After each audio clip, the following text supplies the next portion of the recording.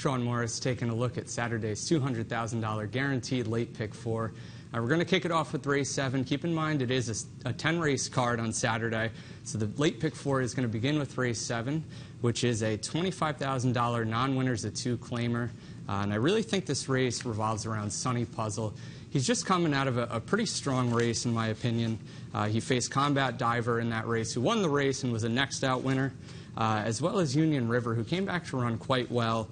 Sonny Puzzle, he's just got tactical speed. He's going to be able to work out a good trip for himself. And even in that race he's coming out of, he got a little rank early. He did have a very good trip after, but it seems like he's even capable of better than that.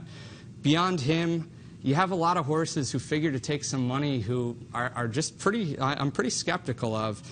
Starting from the rail out, you have Spearhead, who felt like a give up last time and he ran accordingly. El Mutahid, he seems to prefer turf, and he was tailing off pretty sharply at the end of 2015, so I'm not sure you want to use him either.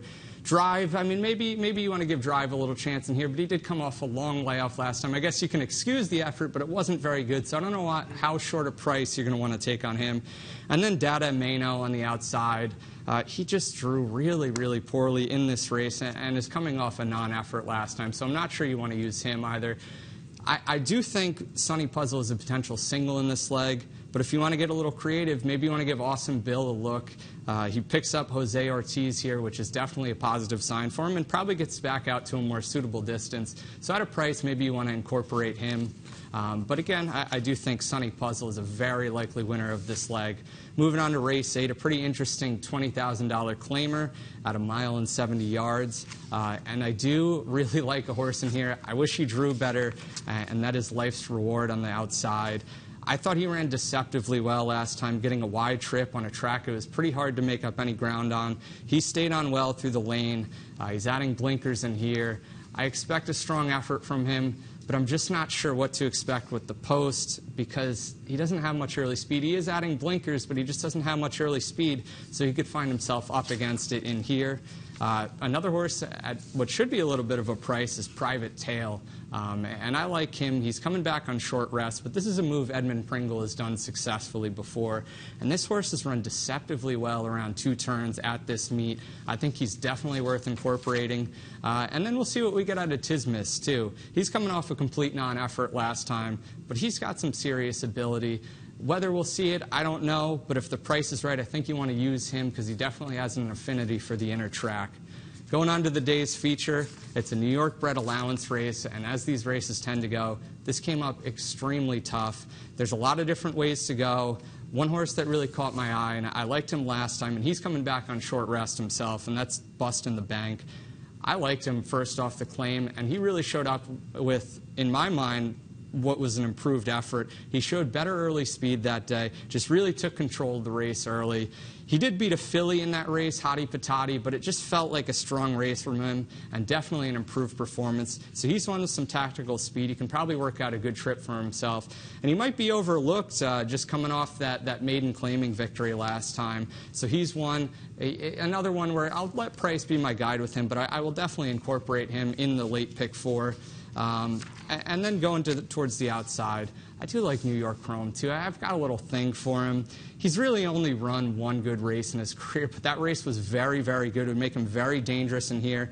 Last time he came off a layoff, contested a hot pace. He faded late. You can be forgiving of the effort. You know, I'm a little leery of him, whether or not we're going to see that race he ran second time out ever again.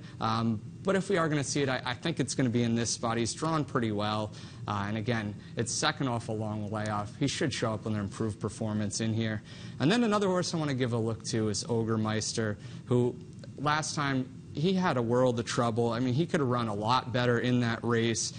So definitely draw a line through his last performance. And then going back to the 2 races before that, I thought both were solid performances. He ran 2 back in a New York bred allowance race and contested a pretty hot pace. He chased wide, faded late. I thought it was a pretty strong race from him, though. And he's another, will probably offer some value in here. I think you want to incorporate him. Of the short-priced horses, there's not too many I really like in here. Copernicus, I mean, I don't know what you do with him. He was entered for a tag. Maybe he'll show up in this race. Maybe he'll be in the claiming race he was entered in.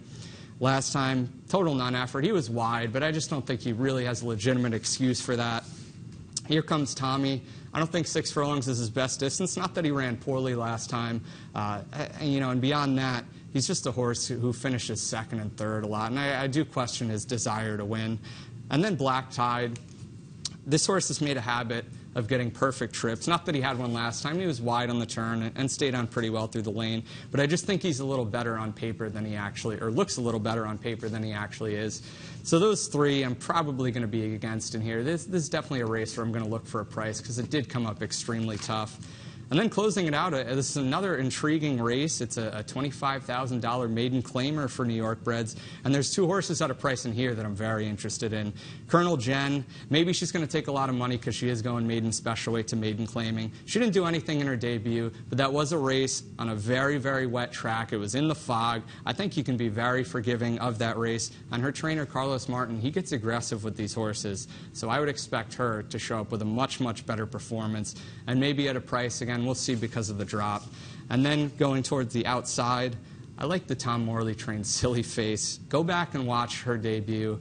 It is a lot better than it looks on paper. She was steadied at 2 critical points. She actually broke pretty well, but was steadied on the backstretch, and then steadied again around the turn. And actually, the half-mile split was pretty soft, so she found herself with a lot of work to do at the head of the lane and finished very well, galloped out well.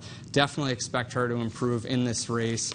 And then also you have the first off the claim, One Sharp Cat for Linda Rice. This is just a logical horse. She's probably going to be the pace setter. I feel like the trainer changed. Brian Lynch does a good job, but I feel like Linda Rice can move this horse up. So she's very logical herself.